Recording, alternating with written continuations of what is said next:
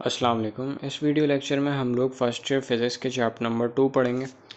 ठीक है, scalars and vectors. उसके लिए सबसे ज़रूरी चीज़ क्या है कि आपको पता होना चाहिए कि फ़िज़िकल क्वांटिटीज़ क्या होती हैं। All those measurable quantities are called physical quantities. ठीक है, हर वो चीज़ फ़िज़िकल क्वांटिटी जिसे आप मेजर कर सकते हो।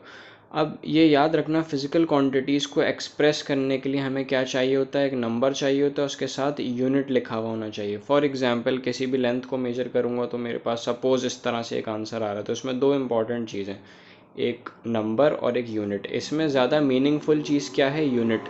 विदाउट यूनिट उस नंबर की कोई औकात नहीं है। ठीक है, ये याद रखिएगा। कलेक्टिवली इस नंबर को और यूनिट को मिला के हम क्या कहते हैं, मैग्नीट्यूड कहते हैं। ठीक है, तो ये याद रखिएगा, मैग्नीट्यूड किसी भी फिजिकल क्वांटिटी को मेजर करने के लिए ज़रूरी है, जिसके अंदर क्या शामिल है, नंबर और वो यूनिट। अब इसके बाद हम आगे चलते हैं। ये भी ज़रूरी है कि कुछ फिजिकल क्वांटिटीज़ को एक्सप्रेस करने के लिए डायरेक्शन की रिक्वायरमेंट होती है, कुछ को एक्सप्रेस करने के लिए डायरेक्शन की रिक्वायरमेंट नहीं होती है। मैग्नीट्यूड तो सबके लिए ही चाहिए।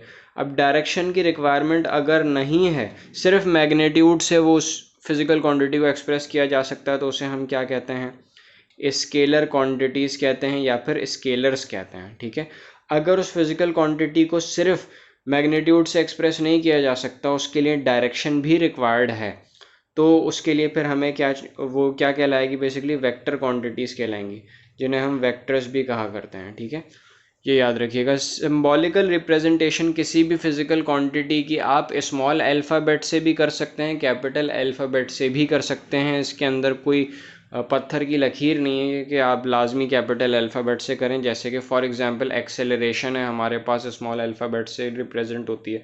ठीक है, मोमेंट आर्म है, स्मॉल अल्फ़ाबेट से रिप्रेजेंट होता है, तो ये ज़रूरी नहीं है। ठीक है, लेकिन ज़्यादातर प्रेफर क्या किया जाता है कि हम कैपिटल अल्फ़ाबेट से उसको रिप्रेजेंट करें। जैसे ए से, यहाँ पर मैं कैपिटल ए से रिप्रेजेंट कर रहा हूँ, इसको भी कैपिटल ए से ही रिप्रेजेंट करूँगा। फ़र्क क्या होगा रिप्रेजेंटेशन में, सिंबॉलिकल रिप्रेजेंटेशन में फ़र्क ये होगा कि वेक्टर के ऊपर हम एरो बनाएंगे। ये एरो रिप्रेजेंट कर रहा है कि इसके पास डायरेक्शन मौजूद है। ठीक है, आगे चलते हैं। डायरेक्शन से रिलेटेड बात करने के बाद हम आ जाते हैं नेक्स्ट कॉन्सेप्ट की तरफ। अब जाहिर है वेक्टर्स की डायरेक्शन होती है, तो वेक्टर को हम ग्राफिकली भी रिप्रेजेंट कर सकते हैं।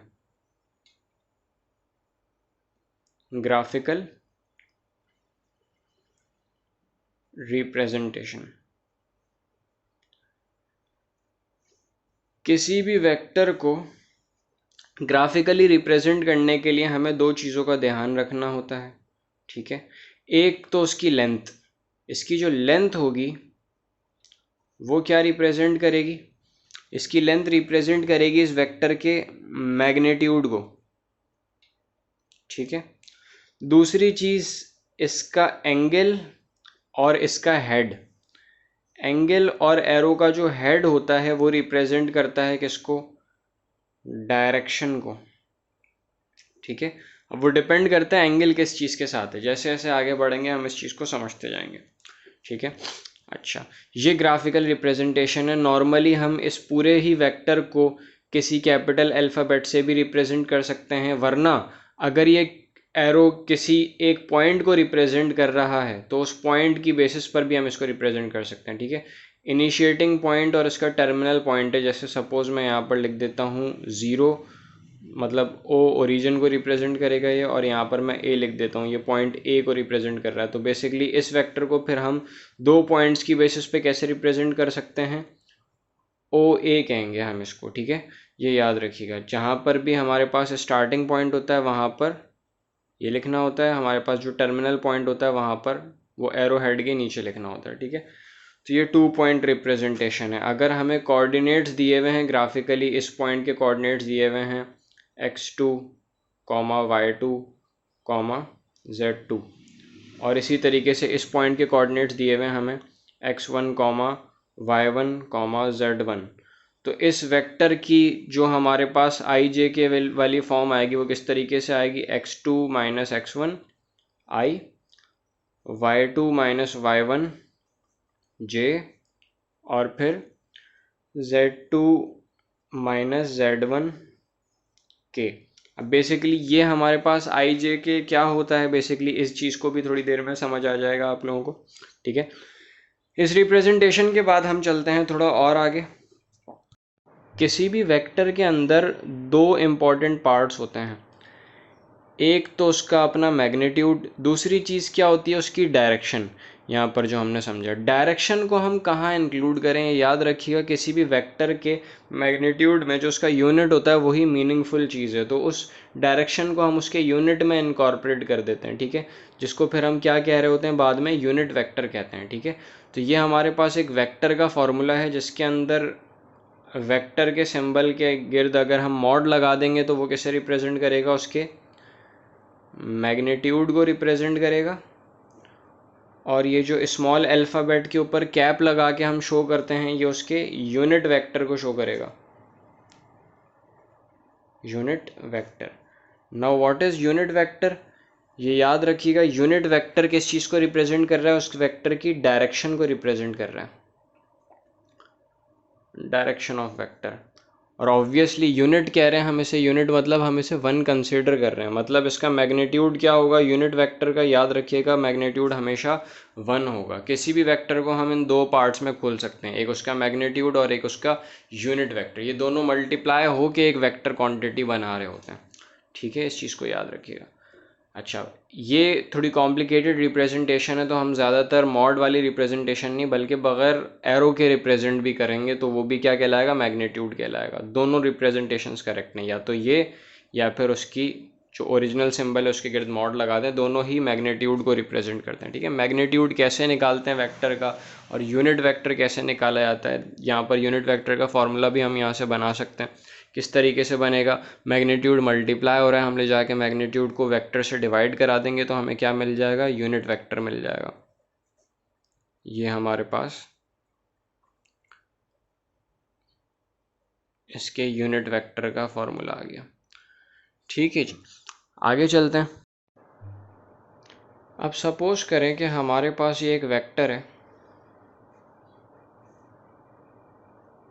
जो इस कार्टेशियन कोऑर्डिनेट सिस्टम के ऊपर रखा हुआ है, एक्स एक्सिस और वाई एक्सिस यहाँ पर मैंने प्लेस किए हुए हैं, ठीक है। इस वेक्टर को मैं कह देता हूँ वेक्टर ए। इसके हेड तक पहुँचने के कितने रास्ते हो सकते हैं, एक तो ये तरीका है कि मैं हॉरिजॉन्टली यहाँ पर मूव करूँ और फिर वर्टिकली इतना फासला तय करूँ मैं इस पॉइंट पे पहुँच जाऊँगा, ठीक। एक ये तरीका हो सकता है या तो मैं पहले वर्टिकली मूव करूं और फिर हॉरिजॉन्टली मूव करूं, यहाँ इसी पॉइंट पर पहुंचूंगा, ठीक है। तो दोनों ही रास्ते सही हैं। अब ये जो हॉरिजॉन्टल मूवमेंट है, ये जो हॉरिजॉन्टल डायरेक्शन है, ये क्या कहलाएगा, इसका एक्स कॉम्पोनेंट कहलाएगा, और ये जो वर्टिकल डायरेक्शन है ये क्या कहलाएगा, इसका वाई कॉम्पोनेंट कहलाएगा। दोनों ही रास्तों से, चाहे हम इस रास्ते से जा रहे हों या फिर पहले वाई एक्सिस और फिर अलोंग एक्स एक्सिस जा रहे हों, दोनों ही तरीके से हम इसी पॉइंट की तरफ पहुंचेंगे, ठीक है। तो क्या मैं यहाँ पर ऐसे कह सकता हूँ कि अगर मैं पहले एक्स कंपोनेंट के अलोंग मूव कर रहा हूँ फिर वाई कंपोनेंट के अलोंग मूव कर रहा हूँ तो रिजल्टेंट मेरा क्या आ रहा है, जो ओरिजिनल वेक्टर है वही आ रहा है, तो बिल्कुल सही होगा ये, ठीक है। ओरिजिनली क्या होता है कि जब भी हम किसी भी वेक्टर के कंपोनेंट्स को ऐड करते हैं थ्रू वेक्टर एडिशन तो हमारे पास वो ओरिजिनल वेक्टर आ रहा होता है, ठीक है। तो ये याद रखिएगा, ये ओरिजिनल फार्मूला है हमारे पास। रियलिटी में हमारे पास जो वेक्टर्स होते हैं वो 3 डायमेंशनल एक्सेस 3 डायमेंशनल होते हैं, तो उसके अंदर जेड कॉम्पोनेंट भी ऐड हो जाएगा, ठीक है। जेड कॉम्पोनेंट में आपको 2 डायमेंशनल एक्सेस के ऊपर नहीं शो कर सकता, लिहाजा मैं यहाँ पे डायरेक्टली ये फार्मूला लिख रहा हूँ, उसका जेड कॉम्पोनेंट भी होगा, ठीक है। तो रियल ये फार्मूला हो सकता है। इस चीज़ से एक बात आपको ये समझ आ जानी चाहिए कि हमारे पास उसके डिफरेंट कंपोनेंट्स होते हैं किसी भी वेक्टर के, जो कि ओरिजिनल जो एक्सेस होते हैं या तो एक्स एक्सेस या वाई एक्सेस या फिर जेड एक्सेस, इन 3 स्टैंडर्ड एक्सेस के अलोंग हो सकते हैं, ठीक है। अब ये याद रखिएगा कि इस बेसिस पे हमारे पास वेक्टर्स की टाइप्स हैं। एक होता है लीनियर वेक्टर। लीनियर वेक्टर वो होता है जिसका सिर्फ एक ही कंपोनेंट हो, वो किसी एक एक्सेस के अलोंग ही होगा, ठीक है। तो उसे हम लीनियर वेक्टर कहते हैं या फिर 1 डायमेंशनल वेक्टर कहते हैं, ठीक है। अच्छा, इसी तरीके से कुछ ऐसे वेक्टर होते हैं जिसके 2 एक्सेस होते हैं, 2 कंपोनेंट होते हैं, उसको हम प्लेनर वेक्टर कहते हैं, ठीक है। प्लेनर वेक्टर क्या होते हैं बेसिकली, जिसका सिर्फ एक्स या वाई कंपोनेंट होगा। अगर सिर्फ एक्स या वाई कंपोनेंट होगा तो वो किस प्लेन पे लाई कर रहा होगा, एक्स वाई प्लेन पे लाई कर रहा होगा, इसीलिए हम उसे प्लेनर वेक्टर कहेंगे। हो सकता है वाई और जेड कंपोनेंट हो उसके, तो वाई जेड प्लेन के ऊपर वो लाई करेगा, ठीक है, इसीलिए हम उसे क्या कहेंगे, वाई जेड प्लेनर वेक्टर कहेंगे, ठीक है। तो वो 2 डायमेंशनल वेक्टर्स होते हैं। फिर हम आ जाते हैं तीसरी टाइप की तरफ, जो कि रियल वेक्टर्स होते हैं, उसको हम स्पेस वेक्टर्स कहते हैं। रियलिटी में स्पेस में हम तीनों डायरेक्शंस में मूव कर सकते हैं, along X axis, along Y axis और अलोंग जेड एक्सिस, ठीक है। तो वो 3D वेक्टर्स होते हैं, स्पेसर वेक्टर कहलाते हैं वो, ठीक है, जिसके तीनों कंपोनेंट्स एग्जिस्ट करेंगे, एक्स कंपोनेंट, वाई कंपोनेंट और जेड कंपोनेंट। ये ऐसे वेक्टर क्या कहलाते हैं, स्पेसर वेक्टर कहलाते हैं। अच्छा, यहाँ तक की बात अगर समझ में आ गई है तो इसी से रिलेटेड हम उसके फॉर्मूले की भी बात करते हैं, मैग्नीट्यूड के फॉर्मूले की। फिलहाल ये जो रिप्रेजेंटेशन है हमारे पास वेक्टर एडिशन की रिप्रेजेंटेशन है, ये मैग्नीट्यूड की रिप्रेजेंटेशन नहीं है। मैंने आपको बताया था कि मैग्नीट्यूड की क्या रिप्रेजेंटेशन होती है, किसी भी वेक्टर की लेंथ जो होती है उसके मैग्नीट्यूड को रिप्रेजेंट करती है। तो सपोज मैं यहाँ पर सिर्फ लेंथ की ही बात करता हूँ, अब मतलब मैं मैग्नीट्यूड की बात कर रहा हूँ, तो मैं यहाँ पर इसके ऊपर एरो नहीं लगाऊंगा, बगैर एरो के मैंने इसका एक्स कंपोनेंट, वाई कंपोनेंट और ओरिजिनल वेक्टर का मैग्नीट्यूड यहाँ पे रख दिया है।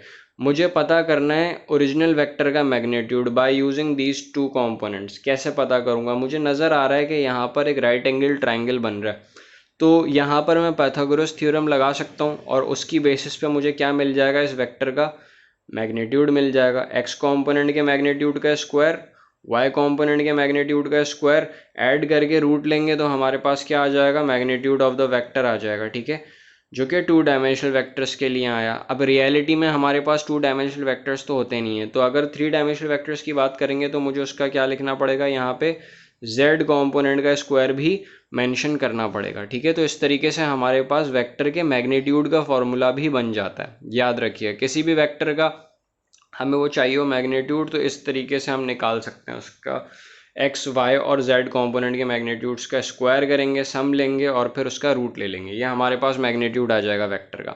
अच्छा, एक और चीज़, मुझे ये बात भी समझ में आ गई कि किसी भी वेक्टर को, ये हमने जैसे शुरू में डिस्कस किया था, किसी भी वेक्टर को उसके मैग्नीट्यूड और यूनिट वेक्टर की बेसिस पे रिप्रेजेंट कर सकते हैं। वैसे ही यहाँ पर मुझे नज़र आ रहा है कि ये ओरिजिनल वेक्टर है, ये इसका एक्स कंपोनेंट है, तो कि एक्स कंपोनेंट भी इटसेल्फ एक वेक्टर होगा, उस वेक्टर को भी मैं इस तरह से खोल सकता हूँ।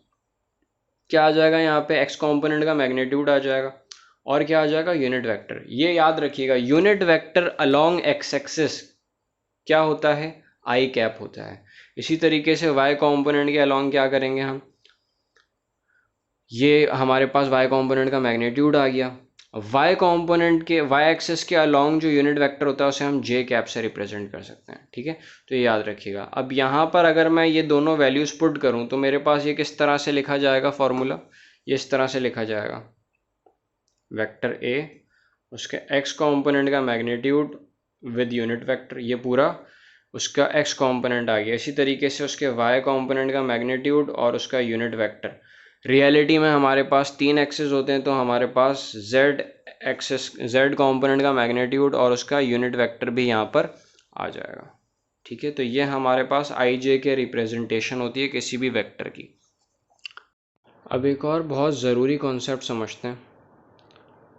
हमारे पास सपोज़ ये एक वेक्टर है ए, ये हमारे पास इसका एक्स कंपोनेंट का मैग्नीट्यूड है, ये हमारे पास इसके वाई कंपोनेंट का मैग्नीट्यूड है, ठीक है। यहाँ पर एंगल है थीटा, ये एंगल अलोंग एक्स एक्सिस है, ठीक है, अलोंग एक्सिस है हमारे पास, अलोंग एक्स एक्सिस हमारे पास ये एंगल है। इस बेसिस पर अगर मैं साइन थीटा या कॉस थीटा का फॉर्मूला अप्लाई करूँ, हमारे पास क्या बनेगा, ये साइन थीटा की बेसिस पे परपेंडिकुलर अपॉन हाइपोटेनियस, जिसकी बेसिस पे हमारे पास ए वाई क्या आ रहा है, एक्स कंपोनेंट क्या आ रहा है, ए साइन थीटा।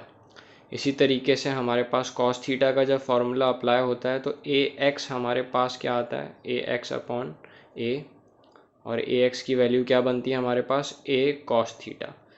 ज़्यादातर आप में से लोग क्या करते हैं, इस चीज़ का रट्टा लगा लेते हैं और इसी बेसिस पे हमेशा फॉर्मूला यूज़ कर रहे होते हैं। ठीक है। लेकिन इस चीज़ को समझ के याद रखना है आपने, क्योंकि कुछ जगहों पर ये चीज़ अप्लाई नहीं होती है, हर जगह पर ये फार्मूला अप्लाई नहीं होता है। इसके लिए कंडीशंस क्या हैं याद रखिएगा, ये कहाँ कहाँ सिर्फ अप्लाई हो सकता है, उसके लिए कंडीशंस आपको पता होनी चाहिए। पहली चीज़ तो आपका जो वेक्टर है वो कैसा होना चाहिए, 2D वेक्टर होना चाहिए, मतलब उसका सिर्फ और सिर्फ दो कंपोनेंट्स होने चाहिए। किस प्लेन के अलोंग, XY प्लेन पर होना चाहिए, दूसरी कंडीशन। और दूसरी चीज़ थीटा कैसा होना चाहिए, अलोंग x एक्सिस। अगर इसमें से एक कंडीशन भी आउट होती है तो ये वाला फार्मूला आप यूज़ नहीं कर सकते, वहाँ पे बिल्कुल भी अप्लाई नहीं होगा। फॉर एग्जांपल इसमें से एक छोटी सी कंडीशन मैं आउट कर देता हूँ। देखो समझो इस बात को, मेरे पास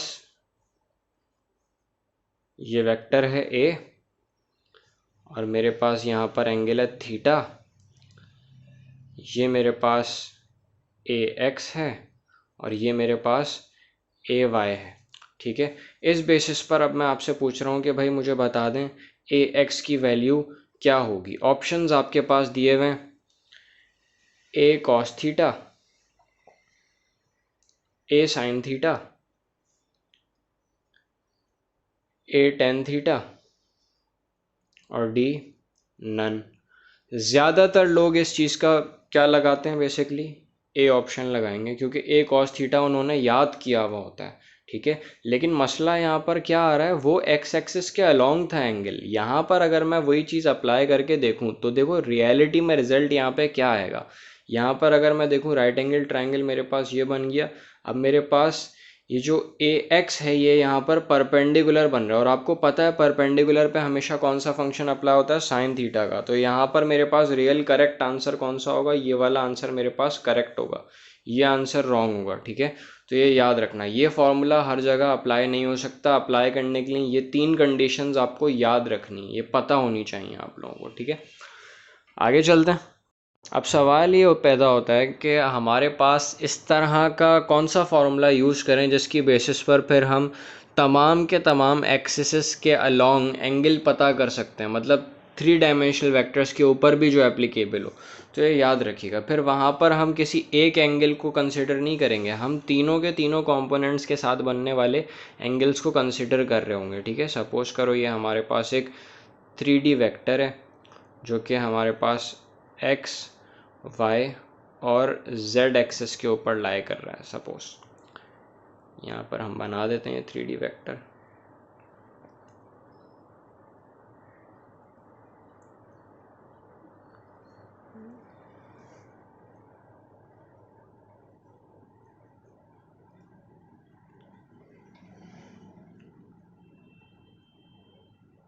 ठीक है जी, ये हमने यहाँ पर ड्रॉ कर दिया, ये वेक्टर है a।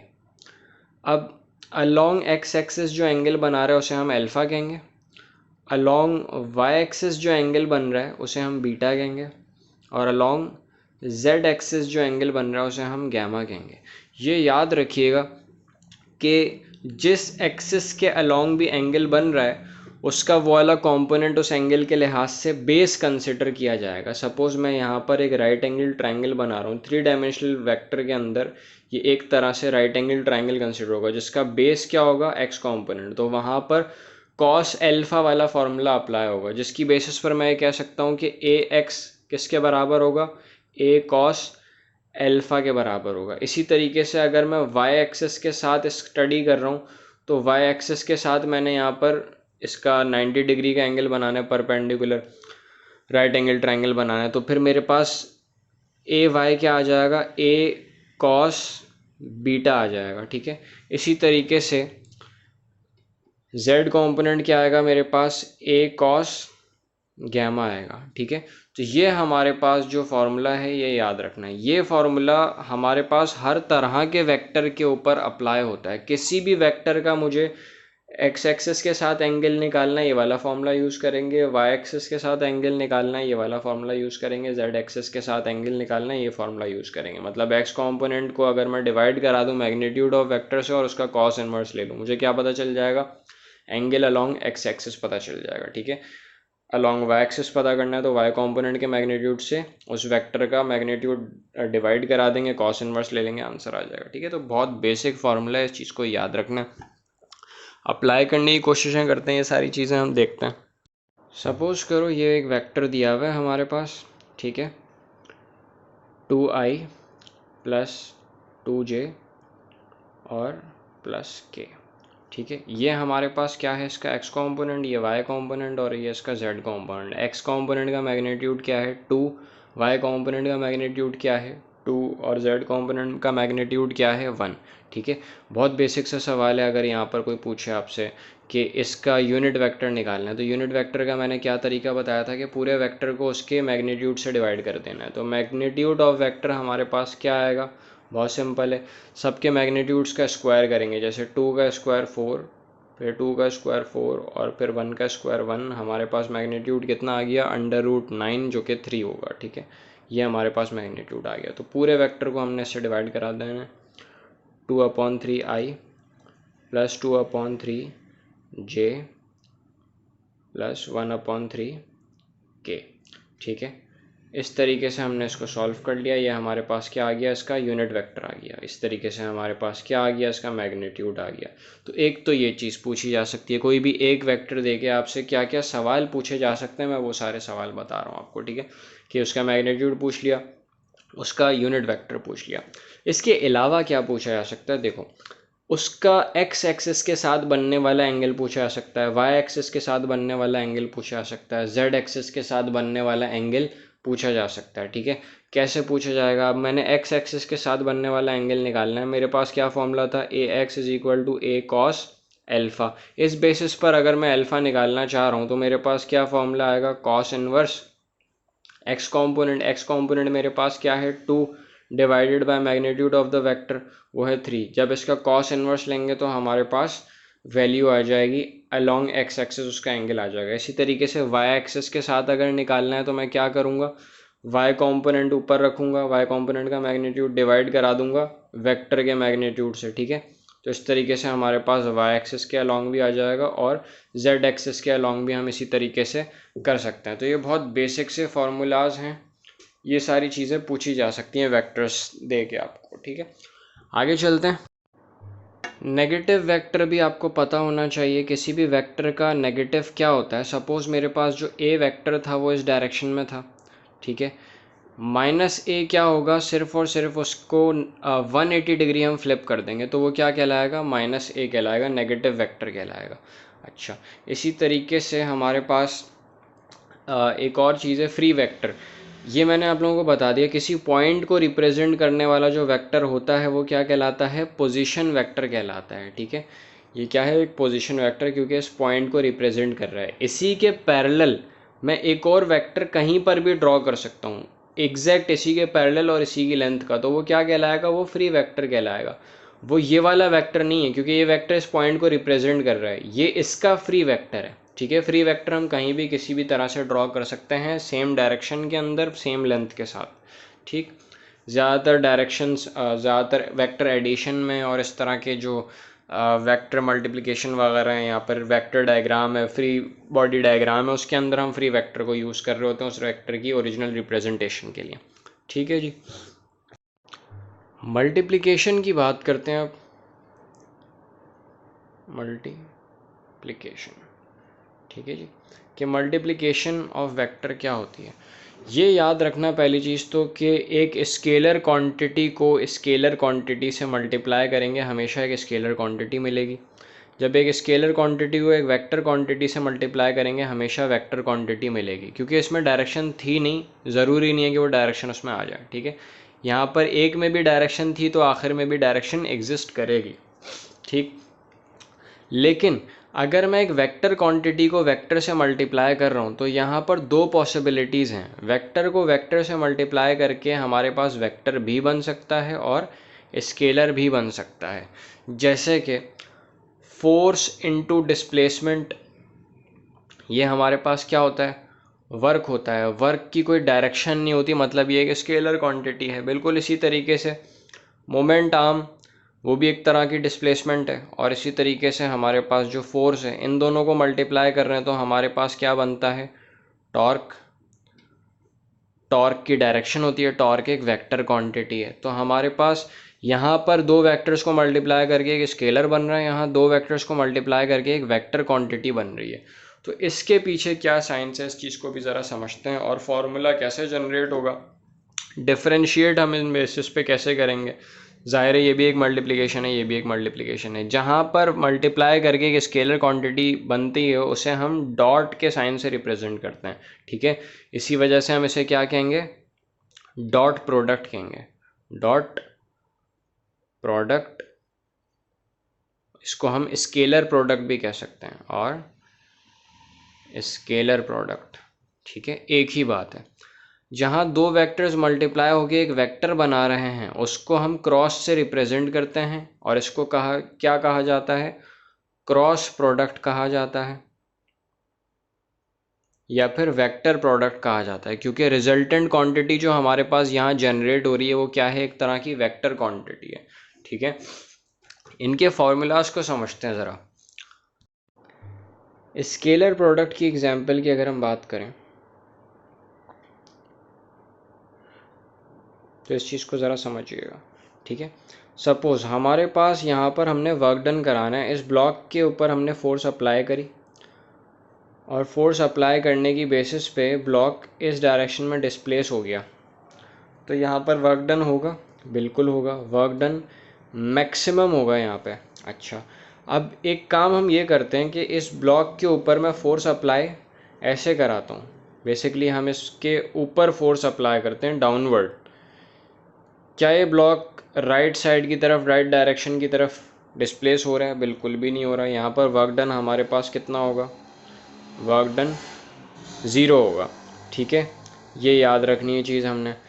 अब यहाँ पर फोर्स और डिस्प्लेसमेंट के दरमियान एंगल कितना था, यहाँ पर 0 डिग्री एंगल था, 0 डिग्री एंगल था, तो हमारे पास वर्क डन कैसा हुआ, मैक्सिमम हुआ। यहाँ पर हमारे पास एंगल कितना है फोर्स और डिस्प्लेसमेंट के दरमियान, 90 डिग्री एंगल है। जैसे जैसे एंगल बढ़ता जा रहा है, जैसे जैसे एंगल इंक्रीज हो रहा है, वैसे वैसे वर्क डन पे क्या फ़र्क पड़ रहा है, एंगल इंक्रीज होने के साथ साथ वर्क डन डिक्रीज़ हो रहा है। मतलब यहाँ पर मुझे कोई ना कोई डिक्रीजिंग फंक्शन से मल्टीप्लाई करना होगा फोर्स और डिस्प्लेसमेंट को, ठीक है, फोर्स और डिस्प्लेसमेंट को किसी डिक्रीजिंग फंक्शन से मल्टीप्लाई करना होगा। तो वो डिक्रीजिंग फंक्शन मैं क्या लगाऊं, देखते हैं। अच्छा, उसके अलावा हमारे पास यहाँ पर क्या है, वेक्टर प्रोडक्ट। वेक्टर प्रोडक्ट की अगर हम बात करें, देखें यहाँ पर हमारे पास सपोज एक वुड पीस है जिसके अंदर मैंने यहाँ पर एक कील ठोक दी है, ठीक है। अब यहाँ पर इस पॉइंट पे मैंने फोर्स अप्लाई करनी है, यहाँ से यहाँ तक की जो डिस्प्लेसमेंट है उसे मैं मोमेंट आर्म कह रहा हूँ, ठीक। इस मोमेंट आर्म की डायरेक्शन में ही अगर मैं फोर्स अप्लाई कर रहा हूँ, क्या ये रोटेट होगा, क्या इसमें टॉर्क प्रोड्यूस होगा, बिल्कुल भी नहीं। टॉर्क इसके अंदर कैसा होगा, 0, बिल्कुल भी टॉर्क प्रोड्यूस नहीं हो रहा। एंगल कितना है इसमें, 0 डिग्री एंगल है। अच्छा, अगर मैं एंगल इंक्रीज करके फोर्स और मोमेंट आर्म के दरमियान एंगल इंक्रीज करके 90 कर दूं सपोज, और यहाँ पर मैं फोर्स अप्लाई कर रहा हूँ नीचे की तरफ, क्या यहाँ टॉर्क प्रोड्यूस होगा, रोटेट होगा, ये बिल्कुल रोटेट हो जाएगा। मैक्सिमम टॉर्क यहाँ प्रोड्यूस होगा, ठीक है, 90 डिग्री के एंगल के ऊपर। अब यहाँ क्या हुआ, जैसे जैसे एंगल इंक्रीज हो रहा है वैसे वैसे टॉर्क भी इंक्रीज हो रहा है। मतलब यहाँ पर कोई इंक्रीजिंग फंक्शन चाहिए मुझे।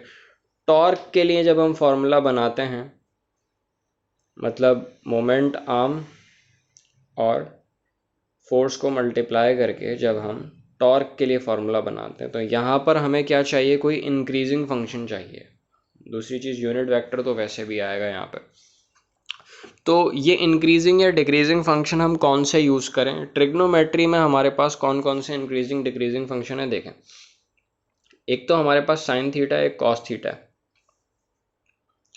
0, 30, 45, 60 और 90। साइन 0 की वैल्यू 0 होती है, साइन 30 पे हमारे पास 0.5 आता है, 45 पे 0.7, 0.8 और 1। इसी तरीके से यहाँ पर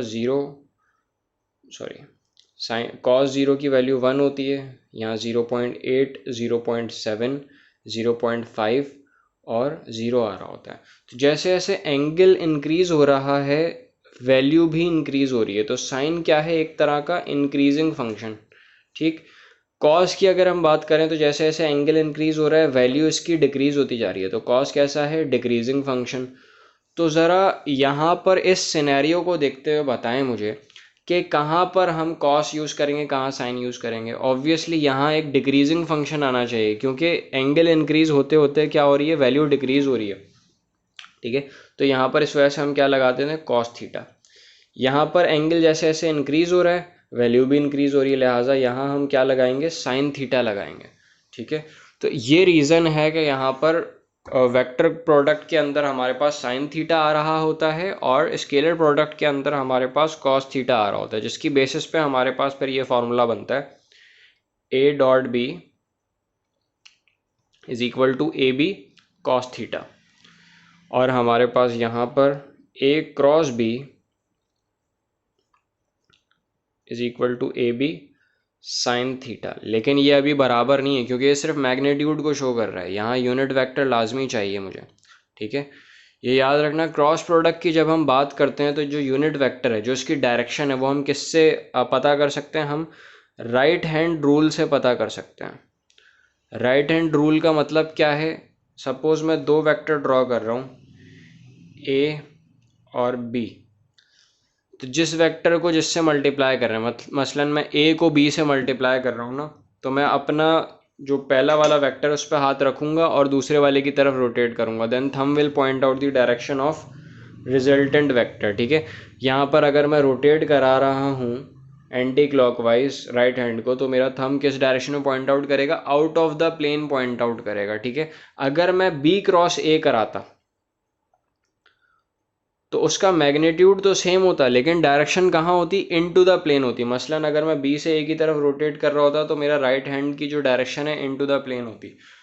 तो इस बेसिस पर क्या मैं कह सकता हूँ कि A cross B B cross A के बराबर है? बिल्कुल भी नहीं, डायरेक्शन दोनों की डिफरेंट है, बिल्कुल 180 डिग्री का फ़र्क है। तो अगर मैंने बराबर करना है तो मैं किस तरह करूँगा, ए क्रॉस बी, अगर बी क्रॉस ए के बराबर करना है मुझे यहाँ माइनस साइन लगाना पड़ेगा। ओरिजिनली ये दोनों बराबर नहीं है। ठीक है, जिसका मतलब क्या हुआ कि जो हमारे पास क्रॉस प्रोडक्ट है वो कम्यूटेटिव लॉ को ओबे नहीं करता, commutative law of vector product obey नहीं कर रहा होता है। ठीक है, वहीं डॉट प्रोडक्ट की बात करें तो डॉट प्रोडक्ट एक तरह की स्केलर क्वांटिटी है, इसको हम ऐसे मल्टीप्लाई कराएं या ऐसे मल्टीप्लाई कराएं, डायरेक्शन का फ़र्क नहीं है इसके अंदर, लिहाजा हमारे पास commutative law of dot product जो होता है वो वहाँ पर ओबे कर रहा होता है। ये चीज़ याद रखनी है। अच्छा, ये फॉर्मूले हम कभी भी आई जे के वाली फॉर्म के ऊपर यूज़ नहीं कर रहे होते, ये याद रखिएगा। ये फॉर्मूले हम तब यूज़ करेंगे जब हमें डॉट प्रोडक्ट पता होगा, मैग्नीट्यूड पता होगा, तो हम निकाल सकते हैं एंगल, या फिर मैग्नीट्यूड पता होगा और एंगल पता होगा डायरेक्टली, तब हम निकाल सकते हैं। लेकिन अगर मेरे पास वेक्टर्स आई जे के की फॉर्म में है तो ना ये वाला फार्मूला यूज़ होगा ना ये वाला फार्मूला यूज़ होगा। किन सिनेरियोज़ में हमने फार्मूलाज यूज़ करने हैं उसके ऊपर भी बात करते हैं। उससे पहले हमें पता होना चाहिए कि यूनिट वेक्टर्स की मल्टीप्लिकेशन कैसे होती है। यूनिट वेक्टर की मल्टीप्लिकेशन की तरफ आते हैं। यूनिट वेक्टर्स की अगर मल्टीप्लिकेशन की बात कर रहे हैं हमारे पास, तो यूनिट वेक्टर का सबसे पहले तो डॉट प्रोडक्ट समझते हैं। Dot product of unit vector कैसे निकालेंगे, सपोज़ मेरे पास आई डॉट आई है, तो क्या करूँगा, दोनों ही अलॉन्ग एक्स एक्सिस की तरफ होंगे, राइट साइड की तरफ होंगे। तो मैग्नीट्यूड यहाँ पर एक ए डॉट बी वाला जो फॉर्मूला था ए बी कॉस थीटा वो अप्लाई करें। कैसे अप्लाई होगा देखें, मैग्नीट्यूड इसका और इसका आ जाएगा 1 1 और कॉस थीटा आ जाएगा। कॉस थीटा के अंदर क्या आएगा यहाँ पर 0 डिग्री, क्योंकि दोनों की डायरेक्शन अलॉन्ग एक्स एक्सिस है, पॉजिटिव एक्स एक्सिस, तो 0 डिग्री बन रहा है हमारे पास यहाँ पे। कॉस 0 की वैल्यू क्या होती है, 1 होती है, लिहाजा हमारे पास ये सब मल्टीप्लाई होकर क्या दे देंगे, 1 दे देंगे। ये याद रखिएगा, दो यूनिट वेक्टर्स अगर हैं हमारे पास सेम यूनिट वेक्टर, तो हमेशा उसका आंसर क्या आएगा, 1 आएगा। जे डॉट जे का भी आंसर क्या आएगा, 1 आएगा। के डॉट के का आंसर भी क्या आएगा, 1 आएगा, क्योंकि डायरेक्शन सेम है। अगर एक के साथ भी माइनस साइन है तो minus sign as it is यहाँ पर मल्टीप्लाई हो जाएगी। Suppose minus J into J, minus sign यहाँ पर आ जाएगी हमारे पास। अच्छा, इसके अलावा आई डॉट जे की बात करते हैं। अब जाहिर है एक अलॉन्ग एक्स एक्सिस है, एक अलॉन्ग वाई एक्सिस है, कितना डिग्री एंगल बन रहा है 90 डिग्री। तो कॉस 90 जो यहाँ पर आएगा उसकी वैल्यू ज़ीरो होती है। मैग्नीट्यूड इन दोनों वेक्टर्स का कितना भी हो डजेंट मैटर, ज़ीरो आ जाएगा। डिफरेंट यूनिट वेक्टर्स का अगर हम डॉट प्रोडक्ट निकालेंगे हमेशा हमारे पास क्या आएगा, ज़ीरो आंसर आएगा। ठीक है, तो ये डॉट प्रोडक्ट से रिलेटेड चीज़ हो गई। अब आ जाते हैं क्रॉस प्रोडक्ट की तरफ। राइट हैंड रूल की बेसिस पे क्रॉस प्रोडक्ट निकालना यूनिट वेक्टर्स का थोड़ा कॉम्प्लिकेटेड हो जाता है। तो आप ये सर्किल रूल याद रखें। हमेशा क्या करना है, आपने सर्किल बनाना है और उस सर्किल की जो रोटेशन आपने बनाई है, जैसी भी बनाई है, उसी रोटेशन के अलॉन्ग आप आई जे के लिख देंगे, आई जे के। और फिर मल्टीप्लाई कराते हुए आपने ये देखना होता है कि उस डायरेक्शन के अलॉन्ग ही मल्टीप्लिकेशन हो रही है या उसके अगेंस्ट मल्टीप्लिकेशन हो रही है। सपोज मेरे पास आई क्रॉस जे है, तो मुझे पता है आई से जे की तरफ डायरेक्शन में वैसे भी जा रहा है। ठीक है, तो मेरे पास डायरेक्टली क्या आ जाएगा, नेक्स्ट वाला वेक्टर आ जाएगा। इसी तरीके से जे क्रॉस के, जे से के की तरफ वैसे भी जा रहा है, ठीक है, तो नेक्स्ट वाला वेक्टर क्या आ जाएगा, आई आ जाएगा। इसी तरीके से के क्रॉस आई, के से आई की तरफ ही जा रहा है, तो नेक्स्ट वेक्टर आ जाएगा जे। तो इस तरीके से मल्टीप्लाई करना है हमने यहाँ पे। ठीक है, अच्छा, दो सेम वेक्टर्स का क्रॉस प्रोडक्ट, जैसे आई क्रॉस आई, ये हमारे पास ज़ीरो आएगा। क्यों? क्योंकि दोनों के दरमियान का एंगल कितना होता है, 0 डिग्री होता है। साइन 90 की वैल्यू हमारे पास क्या आ जाएगी, ज़ीरो आ जाएगी। बाकी सब के अंदर ज़ीरो नहीं आएगा क्योंकि 90 डिग्री का फ़र्क होता है, 1 वैल्यू आ रही होती है। बस यूनिट वेक्टर की डायरेक्शन राइट हैंड रूल से निकाल रहे होते हैं हम। ठीक है, अच्छा, अब ये भी देख लेते हैं अगर सर्किल के अगेंस्ट होगा। सपोज मेरे पास आई क्रॉस के है, आई से के की तरफ तो नहीं जा रहा, सर्किल की डायरेक्शन के अगेंस्ट है, तो मैं क्या करूँगा, जे लगाऊंगा बट विद नेगेटिव साइन। ठीक है, तो इस तरीके से। ज़्यादा कॉम्प्लिकेटेड अगर हो गया, सपोज हमारे पास इस तरह से आएगा, आई माइनस आई क्रॉस जे। तो अगर माइनस साइन आ रहा है, माइनस साइन जैसे मल्टीप्लिकेशन होती है, सपोज दोनों के साथ माइनस होता है तो माइनस से माइनस कैंसिल और नॉर्मल तरीके से मल्टीप्लाई करते हैं। अभी फ़िलहाल माइनस साइन है, माइनस यहाँ लगा दिया as it is. I cross J क्या आता है हमारे पास, के आता है, क्योंकि सर्किल की डायरेक्शन में ही है, तो हमारे पास ये माइनस के आंसर आ गया इसका रिजल्टेंट। ठीक है, तो इस तरीके से हमने यूनिट वैक्टर्स को मल्टीप्लाई करना होता है। आगे चलते हैं कि किस तरीके से हम आई जे के की फॉर्म में अगर वेक्टर दे दिया तो उसका डॉट प्रोडक्ट और क्रॉस प्रोडक्ट कैसे निकालेंगे, देखते हैं। सपोज करें मेरे पास ये वेक्टर है, एक वेक्टर है ये 2i माइनस 3j प्लस के, दूसरा वेक्टर है b 3i plus j minus के। ठीक है, तो अगर मैं डॉट प्रोडक्ट निकाल रहा हूँ a डॉट b, तो जाहिर है ए बी कॉस थीटा यहाँ पे यूज़ कर ही नहीं सकते क्योंकि मेरे पास उस तरह का डाटा है ही नहीं मौजूद। तो अब इस तरह के सिनेरियो में मैं क्या करूँगा, देखें, अगर मैं डॉट प्रोडक्ट ले रहा हूँ तो सिंपल सा तरीका क्या है, इस पूरे वेक्टर को हमने इस पूरे से मल्टीप्लाई कराना है। मतलब क्या होगा कि 2i को इन तीनों से, माइनस 3j को इन तीनों से, और फिर k को इन तीनों से। लेकिन अगर हमने जो यहाँ पर कॉन्सेप्ट पढ़ा है कि सेम वेक्टर्स को मल्टीप्लाई कराने पे 1 आता है, डिफरेंट वेक्टर्स को मल्टीप्लाई कराने पे 0 आ जाता है, उस बेसिस पर अगर हम सोचें तो क्या होगा, देखो 2i को अगर मैं 3i से मल्टीप्लाई कराऊंगा मेरे पास आ जाएगा 6 और i डॉट आई क्या आता है 1। ठीक है, लेकिन अगर मैं 2i को इस j कॉम्पोनेंट से मल्टीप्लाई करा रहा हूँ तो i डॉट जे 0 आ जाएगा, i डॉट के भी 0 आ जाएगा। तो बाकी दो को मल्टीप्लाई कराने की ज़रूरत नहीं पड़नी है। बिल्कुल इसी तरीके से माइनस 3j को अगर मैं इससे मल्टीप्लाई करा रहा हूँ 0 आ जाएगा क्योंकि j और i है यहाँ पे। इसको इससे अगर मैं मल्टीप्लाई करा रहा हूँ तो क्या आ जाएगा, माइनस का 3। ठीक है, क्योंकि j डॉट जे 1 होता है और माइनस 3 आ जाएगा मल्टीप्लाई हो गया। इसी तरीके से k को अगर मल्टीप्लाई करा रहा हूँ, तीनों से कराने के बजाय डायरेक्टली इससे करा दूंगा मैं, -1 आ गया। तो हमारे पास ये चीज़ क्या बन गई, सॉल्व करके 2 डायरेक्टली आंसर हो जाएगा। हमारे पास एक एक करके मल्टीप्लाई नहीं कराना है। आप मल्टीप्लाई करा रहे हो अगर डॉट प्रोडक्ट के लिए तो आपने क्या करना है, आई को आई वाले कंपोनेंट से, जे को जे वाले कंपोनेंट से, के को के वाले कंपोनेंट से मल्टीप्लाई कराना है। देन इन दी एंड आपने ऐड कर देना है, आंसर आ जाएगा डायरेक्टली। ये हमारे पास डॉट प्रोडक्ट हो गया। बिल्कुल इसी तरीके से अगर क्रॉस प्रोडक्ट निकालना है क्रॉस प्रोडक्ट निकालते हुए आप मैट्रिसेस मेथड यूज़ करें, आई जे के, जो भी वेक्टर क्रॉस प्रोडक्ट में पहले लिखा होगा ना उसी के कंपोनेंट्स यहाँ लिखने हैं सेकेंड रो में, और दूसरे वाले वेक्टर्स के लिखने हैं हमने थर्ड रो में, ठीक है। और फिर हमने इसका क्या ले लेना है, मॉड ले लेना है। इस बेसिस पर अगर हमने इसको सॉल्व किया, देखो आई जे के, और हमारे पास यहाँ पर मौजूद है 2 - 3 और 1, यहाँ पर है 3 1 और -1।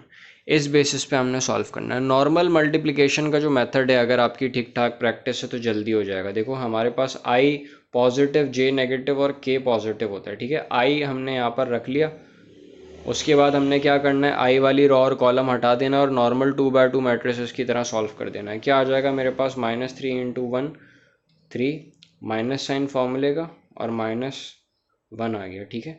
ये हमारे पास आ गया आई का। इसी तरीके से जे वाली रो और कॉलम हटा दूंगा, इसको इससे और इसको इससे मल्टीप्लाई करा देंगे, क्या आ जाएगा -2 और 3 1 ज़ा 3, माइनस साइन फॉर्मूले का, ये आ गया। इसी तरीके से के वाली रो और कॉलम हटा दी, इसको इससे मल्टीप्लाई करा देंगे 2 माइनस फॉर्मूले का 3 3 ज़ा 9, माइनस का 9, उसको पॉजिटिव बना दिया हमने मल्टीप्लाई करने की वजह से, और ये हमारे पास आ गया, क्या बन गया 2i। इन दोनों को सॉल्व किया हमने, क्या आ गया, ये माइनस साइन था वो बाहर वाले को पॉजिटिव कर देगा 5j, और इसी तरीके से यहाँ पर हमारे पास आ गया 11k। तो ये हमारे पास क्रॉस प्रोडक्ट निकालने का बेसिक मेथड, ठीक है। इस तरीके से हमने इसको मल्टीप्लाई करना है, सॉल्व करना है, आंसर आ जाएगा। अब डॉट प्रोडक्ट और क्रॉस प्रोडक्ट से रिलेटेड और किस किस तरह के सवाल पूछे जा सकते हैं, उस अप्रोच की तरफ भी आते हैं। मतलब मैक्सिमम आपके पास जो वर्स्ट केस सिनेरियो आ सकता है, हम वो सारी चीज़ें डिस्कस करते हैं। डॉट प्रोडक्ट से रिलेटेड क्या क्या पूछा जा सकता है, डॉट प्रोडक्ट से रिलेटेड एक सवाल ये भी आ सकता है, हो सकता है आई जे के की फॉर्म आपको दे दी जाए और आपसे बोल दिया जाए कि find the angle between two vectors. तो उस केस में आप क्या करेंगे, डॉट प्रोडक्ट वाला फॉर्मूला यूज़ करेंगे। अब एंगल बिटवीन टू वेक्टर्स से डॉट प्रोडक्ट का क्या लेना देना हम समझते हैं। देखो यहाँ पर कॉस थीटा जो रखते थे, वो थीटा क्या होता था, एंगल बिटवीन ए और बी वेक्टर्स होता था। डॉट प्रोडक्ट आई जे के की फॉर्म से कैसे निकालना है वो मैंने आपको समझा दिया, ठीक है। तो अगर एंगल बिटवीन टू वेक्टर्स निकालने हैं, हमने क्या करना होगा, डॉट प्रोडक्ट उस तरीके से निकाल के यहाँ रख देना होगा। मैग्नीट्यूड ए और बी का निकालना बहुत आसान है, कैसे निकालना होगा वो मैंने बता दिया था। ए का और बी का मैग्नीट्यूड निकाल के यहाँ रख दिया, मल्टीप्लाई कर दिया, यहाँ कॉस थीटा था, कॉस इन्वर्स ले लिया जाएगा इसका, और हमारे पास एंगल बिटवीन टू वेक्टर्स आ जाएगा, ठीक है। जैसे हमारे पास पीछे सवाल था, उस बेसिस पे हम यहाँ पे कर सकते हैं। इसी तरह से इसके अलावा और क्या पूछा जा सकता है, प्रोजेक्शन ऑफ वेक्टर पूछी जा सकती है। प्रोजेक्शन ऑफ वेक्टर, ये जो हमारे पास था एंगल बिटवीन टू वेक्टर था, एंगल बिटवीन टू वेक्टर्स, उस केस में क्या करना है वो बता दिया मैंने आपको, ठीक है। प्रोजेक्शन ऑफ वेक्टर की बात करते हैं। अगर सपोज हमारे पास ये है वेक्टर ए, ये है वेक्टर बी। प्रोजेक्शन का मतलब होता है साया। अगर सूरज बिल्कुल ऊपर है तो उसका जो साया बनेगा ये यहाँ इस जगह पर बनेगा, ठीक है, बिल्कुल इस जगह पर। यहाँ पर हमारे पास है थीटा। अब गौर से देखो, ये 90 डिग्री का एंगल बन रहा है हमारे पास। राइट एंगल ट्रायंगल के अंदर ये चीज़ क्या है, बेस। इस चीज़ को मैं क्या कहूँगा, प्रोजेक्शन ऑफ ए। ये ए की प्रोजेक्शन है, किसकी डायरेक्शन में है, बी की डायरेक्शन में, बी के ऊपर लाई कर रही है, तो projection of A on to B, ठीक है। तो according to this right angle triangle, हमारे पास जो ए बी की वैल्यू होगी, ज़ाहिर है एक बेस है तो हमारे पास ये क्या आ जाएगा, ए कॉस थीटा आ जाएगा। लेकिन अगर मेरे पास ए और बी वेक्टर्स आई जे के की फॉर्म में दिए हुए हैं तो मैं ए का मैग्नीट्यूड तो यूज़ कर लूँगा, लेकिन मेरे पास एंगल दोनों के दरमियान का नहीं है मौजूद, ठीक है। तो उस केस में क्या करना होगा, देखो इस फॉर्मूले के अंदर अगर मैं चाह रहा हूँ कि ए कॉस थीटा रह जाए तो मैं क्या करूँगा, बी को ले जाके मैं डिवाइड करा दूंगा, तो मेरे पास किसकी वैल्यू आ जाएगी, ए कॉस थीटा की। तो वही चीज़ मैं यहाँ पर भी लिख सकता हूँ, A dot B divided by B. जाहिर है ए बी यहाँ पर था, बी यहाँ चला गया, तो मेरे पास क्या हो गया, dot product of two vectors divided by other vector. जिसके ऊपर प्रोजेक्शन चाहिए उस वेक्टर के मैग्नीट्यूड से डिवाइड करते हैं। सपोज यहाँ पर मुझे प्रोजेक्शन ए की चाहिए थी लेकिन बी के ऊपर चाहिए थी, तो जिसके ऊपर प्रोजेक्शन बन रही होती है उसके मैग्नीट्यूड से डिवाइड करते हैं, अगर हम आई जे के वाली फॉर्म से प्रोजेक्शन निकाल रहे हैं। याद रखिएगा, प्रोजेक्शन से रिलेटेड कुछ इस तरह के कंफ्यूजिंग एमसीक्यू भी आ जाते हैं। ये प्रोजेक्शन क्या होगी, हमेशा एक स्केलर क्वांटिटी होगी, स्केलर है ये यहाँ पर, ठीक है, वेक्टर नहीं बन रहा। अच्छा, आगे चलते हैं। क्रॉस प्रोडक्ट से रिलेटेड किस तरह के सवाल पूछे जा सकते हैं, देखें। क्रॉस प्रोडक्ट से रिलेटेड एक चीज़ तो ये पूछी जा सकती है कि भाई आपने एरिया ऑफ पैरेललोग्राम निकालना है। एरिया ऑफ पैरेललोग्राम के लिए आपने क्या करना होगा, आपने क्रॉस प्रोडक्ट लेना है और फिर उसका मैग्नीट्यूड ले लेना है। तो वो क्या आ जाएगा आपके पास, एरिया ऑफ पैरेललोग्राम, जो कि ए साइन थीटा के बराबर होता है। ठीक है, मॉड लगा दिया तो यहाँ पे यूनिट वेक्टर लगाने की ज़रूरत नहीं है। ठीक है, अच्छा, ये हमारे पास क्या है, एरिया ऑफ पैरेललोग्राम। इसी से रिलेटेड एक और चीज़ पूछी जा सकती है, वो दे सकता है आपको कि भाई आपके पास आई जे के की फॉर्म में वेक्टर है और आपने एरिया ऑफ ट्रायंगल निकालना है। तो मेरे पास जब भी एक पैरेललोग्राम बनेगा तो उसका ट्रायंगल कैसे निकालूंगा, अगर मैं उसके कंप्लीट एरिया को हाफ कर दूं। ठीक है, तो अगर मैं इस पैरेललोग्राम के एरिया को आधा कर दूं तो मेरे पास क्या आ जाएगा, एरिया ऑफ ट्रायंगल आ जाएगा। तो एरिया ऑफ ट्रायंगल भी आप यूज़ कर सकते हैं यहाँ पर। अगर एरिया ऑफ ट्रायंगल से रिलेटेड सवाल आ गया, ए और बी से रिलेटेड आपने बताना है, तो आप ये वाला मेथड यूज़ करेंगे। ठीक है, जो भी आपके पास आई जे की फॉर्म है उससे पहले मैग्नीट्यूड निकालेंगे और उससे पहले वेक्टर पता करेंगे, फिर उसका मैग्नीट्यूड निकालेंगे और ये करेंगे। ठीक है, अच्छा, एक और चीज़ अक्सर आ जाती है, वो कहते हैं आपसे कि भाई आपने यूनिट परपेंडिकुलर वेक्टर बताना है। तो यूनिट परपेंडिकुलर वेक्टर क्या होता है, दो वेक्टर्स का परपेंडिकुलर वेक्टर चाहिए, उसका यूनिट वेक्टर निकालना है। तो भाई जब आप मल्टीप्लाई करते हैं, क्रॉस प्रोडक्ट लेते हैं एक वेक्टर का, तो वो दो वेक्टर्स का, तो वो आपके पास क्या होता है, दोनों के परपेंडिकुलर होता है, किसी एक के नहीं बल्कि दोनों के परपेंडिकुलर होता है। अगर वो दोनों के परपेंडिकुलर है तो उसी डायरेक्शन में यूनिट वेक्टर कैसे निकालेंगे, जो भी आपका क्रॉस प्रोडक्ट आए उसका आपने यूनिट वेक्टर निकाल लेना है मैग्नीट्यूड से डिवाइड करा के, तो वो क्या कहलाएगा, यूनिट परपेंडिकुलर वेक्टर कहलाएगा। ठीक है, बहुत बेसिक चीज़ है। नेक्स्ट कॉन्सेप्ट है हमारे पास वेक्टर एडिशन का। देखें, दो वेक्टर्स को या दो से ज़्यादा वेक्टर्स को ऐड कैसे करते हैं। ठीक है, अगर तो हमारे पास वेक्टर्स की डायरेक्शन सेम है, सपोज ए और बी दोनों की डायरेक्शन सेम है, तो डायरेक्टली हम इनके मैग्नीट्यूड्स को ऐड कर देंगे। ज़्यादा कोई हमारे पास रॉकेट साइंस नहीं होगी इसके अंदर। सपोज इसका मैग्नीट्यूड हमारे पास आ रहा है 2 न्यूटन और इसका मैग्नीट्यूड हमारे पास आ रहा है 3 न्यूटन। तो हम क्या करेंगे, इसका रिजल्टेंट हमारे पास क्या आ जाएगा, 5 न्यूटन, क्योंकि दोनों सेम डायरेक्शन में। ठीक, इसी तरीके से अगर मेरे पास यही वेक्टर ए राइट साइड की तरफ है और वेक्टर बी ऑपोजिट डायरेक्शन की तरफ है, मतलब दोनों के दरमियान एंगल 0 डिग्री नहीं बल्कि 180 है, तो हमने दोनों को क्या कर देना है, सब्ट्रैक्ट कर देना है। जो भी बड़ा वेक्टर होगा उसकी डायरेक्शन में फिर हमारे पास रिजल्टेंट आएगा।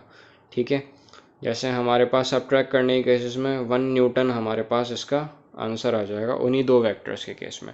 लेकिन अगर हमारे पास इनके दरमियान कोई और एंगल बन रहा हो तो फिर हमने क्या करना है, फिर हमारे पास अलग मेथड है। कौन कौन से मेथड्स हम लोग यूज़ कर सकते हैं उस बारे में बात करते हैं। लेकिन ये याद रखिएगा, मैक्सिमम आंसर हमारे पास कब आ रहा होता है, कि दो वेक्टर्स का मैक्सिमम आंसर हमारे पास आ रहा होता है उसके 0 डिग्री के ऊपर, और मिनिमम आंसर कब आता है, जब उन दोनों के दरमियान 180 डिग्री होता है, क्योंकि वहाँ पर तब हमारे पास क्या होती है, सब्ट्रैक्शन होती है। ठीक है, तो वेक्टर एडिशन के मेथड्स की अगर हम बात करें, कौन कौन से मेथड हैं, सबसे पहली चीज़ तो ये देखते हैं। सबसे पहले हमारे पास ग्राफिकल मेथड्स हैं। ग्राफिकल मेथड्स के अंदर हमारे पास दो तरीके हैं। एक तो है हमारे पास parallelogram method, parallelogram method 2 vectors के लिए एप्लीकेबल है सिर्फ। अगर 2 वेक्टर है हमारे पास, वेक्टर ए और वेक्टर बी, तो कैसे ऐड करना होता है? अकॉर्डिंग टू पैरेललोग्राम मेथड हमने दोनों वेक्टर्स के हेड पे दूसरे वेक्टर को बनाना है। वेक्टर ए के हेड पे मैंने बी बना दिया, वेक्टर बी के हेड पे मैंने ए बना दिया। तो हमारे पास ये जो डायगोनल जनरेट होगा, जहाँ पर दोनों टेल्स मीट कर रही हैं और जहाँ पे दोनों हेड मीट कर रहे हैं, वहाँ पर जो डायगोनल जनरेट होगा उसे हम क्या कहेंगे? रिजल्टेंट वेक्टर कहेंगे ए और बी का, और उसकी लेंथ मेजर करके हम मैग्नीट्यूड का पता लगा लेंगे। तो ये एक ग्राफिकल मेथड है, लेकिन सिर्फ 2 वेक्टर्स के लिए एप्लीकेबल है। लेकिन अगर हमारे पास मल्टीपल वेक्टर्स हैं तो फिर हम क्या करेंगे? फिर हम head to tail rule method use करेंगे। Head to tail method. Head to tail method के अंदर क्या होता है? जितने भी वेक्टर हैं हमने एक के बाद एक वेक्टर ड्रॉ करना होता है। ठीक है, सपोज करें कि मेरे पास एक पहला वेक्टर है ये ए, इसके हेड पे मैं दूसरा वेक्टर ड्रॉ करूंगा, वेक्टर बी, और ये सारे एक दूसरे के क्या होते हैं? फ्री वेक्टर होते हैं। मतलब जो ओरिजिनल बी वेक्टर होगा उसका फ्री वेक्टर हमने ए के हेड पे ड्रॉ कर लिया with same angle, same magnitude. ठीक है, फिर जो जो भी सी वेक्टर है, सपोज हमारे पास ये सी वेक्टर है, यहाँ पे ड्रॉ कर लिए। जितने भी वेक्टर्स हैं हम एक के बाद एक उसके हेड पे ड्रॉ करते आए। आखिर में हम क्या करते हैं? जब हमने सारे वेक्टर्स इस तरह से ड्रॉ कर लिए तो हम इनिशियल वेक्टर की टेल को ज्वाइन करते हैं आखिरी वाले वेक्टर के हेड से, और जहाँ पर इसका हेड आ रहा है वहाँ पे हेड बनाते हैं, और जहाँ टेल थी वहाँ पे टेल बना देते हैं। तो ये हमारे पास क्या बन जाता है? Resultant vector. रिजल्टेंट वेक्टर की पहचान क्या होगी? इवन अगर आपके पास कोई ऐसी डायग्राम बनी हुई आ जाए तो उसके रिजल्टेंट की पहचान क्या होगी?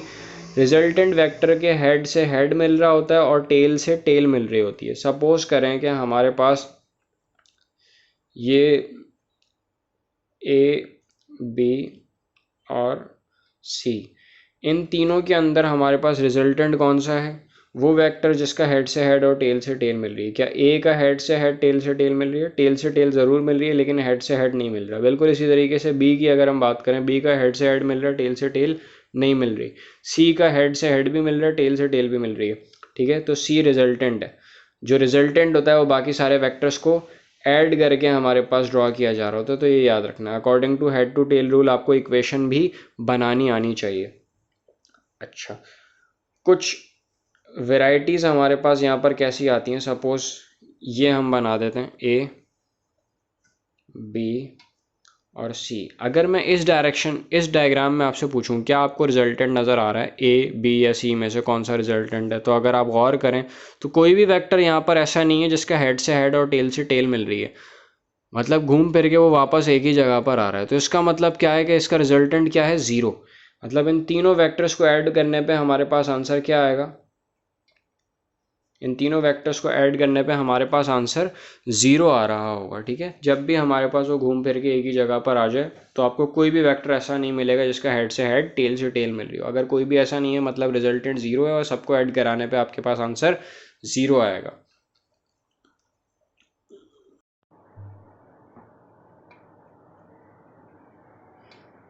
न्यूमेरिकल मेथड क्या है हमारे पास? देखें, न्यूमेरिकली हम इसको कैसे सॉल्व करते हैं, इस चीज़ को बड़े गौर से समझिएगा। देखें, हमारे पास पहली चीज़ तो है, अगर हमारे पास 2 वेक्टर हैं तो हम यहाँ पर कोसाइन लॉ यूज़ कर सकते हैं। Cosine law of addition. मसलन अगर मेरे पास 2 वेक्टर्स हैं जो कि ऐड हो रहे हैं तो उसका जो आंसर आएगा हमारे पास क्या आएगा? A square plus B square plus 2ab cos theta. ये कोसाइन लॉ ऑफ एडिशन है। ठीक है, ओरिजिनल कोसाइन लॉ आपने याद रखना है कि ओरिजिनल कोसाइन लॉ हमारे पास सब्ट्रैक्शन के लिए होता है। ठीक है, A square B square minus 2ab cos theta. तो ये दोनों चीज़ें याद रखनी है। अगर हमारे पास वेक्टर एडिशन हो रहा है तो हम ये वाला फॉर्मूला यूज़ करेंगे। सब्ट्रैक्शन हो रही है, एंगल दिया हुआ है, तो ये वाला यूज़ करेंगे। ठीक है, तो ये हमारे पास ओरिजिनल फॉर्मूला है। अच्छा, अगर हमारे पास मल्टीपल वेक्टर्स हैं तो उस केस में फिर हम क्या करेंगे, याद रखिएगा, उस केस में फिर हमारे पास ये मेथड यूज़ होगा। यहाँ पर हमने सम ऑफ ऑल एक्स कॉम्पोनेंट्स करना है। मैं यहाँ पर ये लिख देता हूँ आर एक्स मतलब सम ऑफ ऑल एक्स कॉम्पोनेंट, उसका स्क्वायर कर दिया। सम ऑफ ऑल वाई कॉम्पोनेंट्स, उसका स्क्वायर कर दिया। और सम ऑफ ऑल जेड कॉम्पोनेंट्स, उसका स्क्वायर कर दिया। तो हमारे पास क्या आ जाएगा, एक तरह से मैग्नीट्यूड का ही फॉर्मूला है, उसके अंदर फिर हमारे पास रिजल्टेंट वेक्टर आ जाएगा। ठीक है, नॉर्मली अगर हम एक्स वाई प्लेन की बात करते हैं तो सिर्फ इतना ही फॉर्मूला हम यूज़ कर रहे होते हैं। ठीक है जी, ये याद रखना है आपने। कुछ और इम्पॉर्टेंट बातें बहुत बेसिक सी आप लोगों ने याद रखनी है, वैसी जनरल नॉलेज रिलेटेड। सपोज करें हमारे पास ये a प्लस बी प्लस सी, तो अगर मैं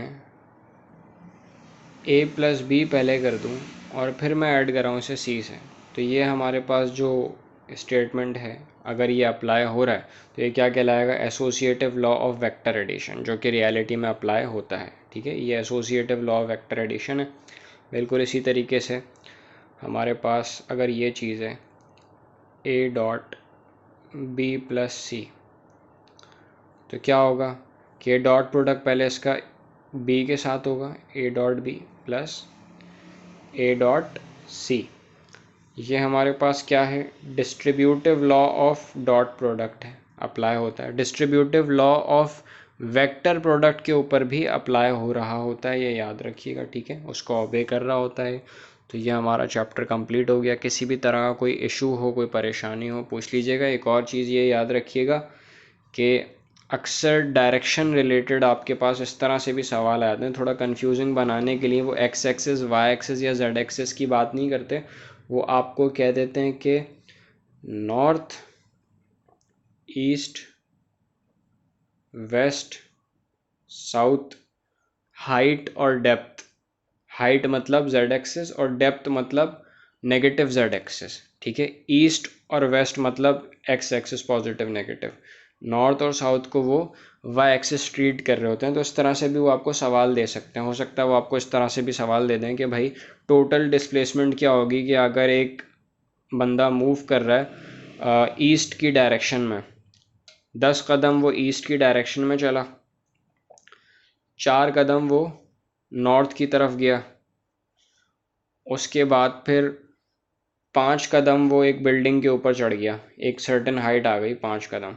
तो ये आपके पास सारे के सारे कौन से कंपोनेंट है, ये आपके पास एक्स कंपोनेंट है, ये आपके पास वाई कंपोनेंट है और ये आपके पास जेड कंपोनेंट है। सिंपल आप मैग्नीट्यूड वाले फॉर्मूले से भी इसको निकाल के सॉल्व कर सकते हैं। बहुत बेसिक चीज़ होती है, इसके अंदर वो कंफ्यूज कर देते हैं और बच्चे हो जाते हैं आराम से। तो इन चीज़ों के बारे में याद रखिएगा। किसी भी तरह का कोई क्वेश्चन हो पूछ लीजिएगा। कोई भी क्यूरी हो आप लोगों को, कोई भी सवाल हो, किसी तरह कोई इशू हो, तो कमेंट्स में ज़रूर पूछिएगा, लाइक करिएगा और सब्सक्राइब करिएगा। बहुत बहुत शुक्रिया।